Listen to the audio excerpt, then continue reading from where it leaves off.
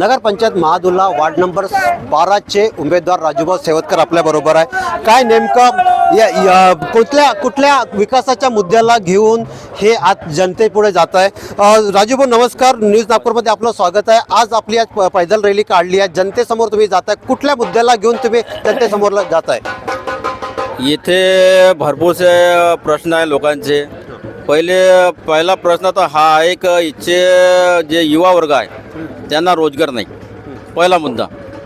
आणि आमची जे संघटना आहे महादुल्ला संघर्ष समिती, तर ह्या समितीच्या माध्यमातून आम्ही आंदोलनाच्या माध्यमातून हे प्रश्न सोडवणार आहोत। आणि आतापर्यंत महादुल्ला संघर्ष समितीने भरपूरसे काम केले आहे इथे। जसं इथे पाण्याचे जे बिल येत होते, जवळपास लोकांना हर महिन्याला 180 ते 200 रुपये बिल येत होता। तर यांनी आंदोलन केलं। आम्ही कसं आहे का पॉवर प्रोजेक्ट या एरियाच्या आतमध्ये येतो, तर CSRच्या नियमाप्रमाणे जे गाव CSR या एरियामध्ये येतात त्यांना म्हणजे पाणी हे मुफ्त मिळालं पाहिजे, हे असं प्राधान्य आहे। आणि हर घरी एक म्हणजे एका व्यक्तीला काम मिळालं पाहिजे अशी प्रावधान आहे।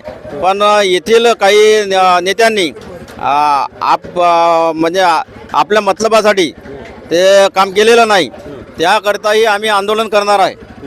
आणि एक गोष्ट की आमच्या संघटनेच्या माध्यमातून की आता ह्या जे CSR एरियामध्ये जे लोक येतात तिथे इलेक्ट्रिक बिल 50% कसं होईल याकरता आम्ही त्यांना म्हणजे आंदोलन करणार आहे। आपल्याबरोबर महादुल्ला संघर्ष समितीचे पदाधिकारी आहे सुधीरभाऊ धोरिया। सुधीरभाऊ धोरिया, तुम्ही आतापर्यंत अनेक कोराडीच्या समस्याला घेऊन वाचा फोडली आहे, आताही तुम्ही कुठल्या तरी एका विकासाच्या मुद्द्याला घेऊन आज तुम्ही शिवसेना याला समर्थन केलं आहे। आज पुढचा तुमचा विकासाचा मुद्दा काय असणार आहे?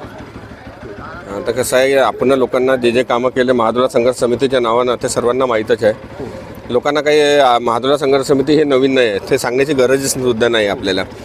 आपण गावातले पाण्याचे बिलं माफ केले, पाणी सुरळीत होण्यासाठी आपण ह्या एरियासाठी बी आपण 5 लाख लिटरची टंकी बी सँक्शन करून घेतलेली आहे। त्याच्यानंतर इथं जे लोकांचे बाकीचे जे समस्या त्याच्या वेळेस बी आपण अर्ध्या रात्री बी लोक आवाज देतात, आम्ही येत असतो।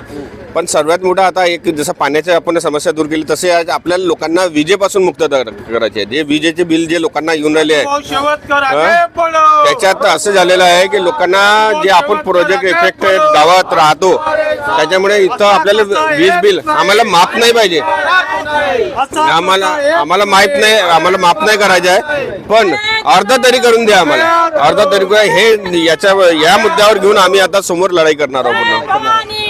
राजूभाऊ, लोकांचा प्रतिसाद कसा आहे आता तुम्हाला?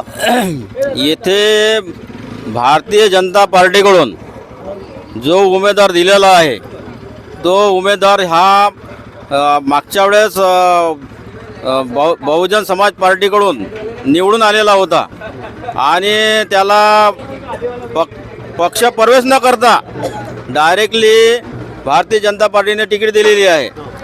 तसेच काँग्रेसचा जो पक्षाचा उमेदवार आहे तो आतापर्यंत 5-6 वर्षापासून भारतीय जनता पार्टीचे बावनकुळे साहेब यांचा बॅनर लावून होता आणि आज तो काँग्रेस पार्टीकडून उभा आहे।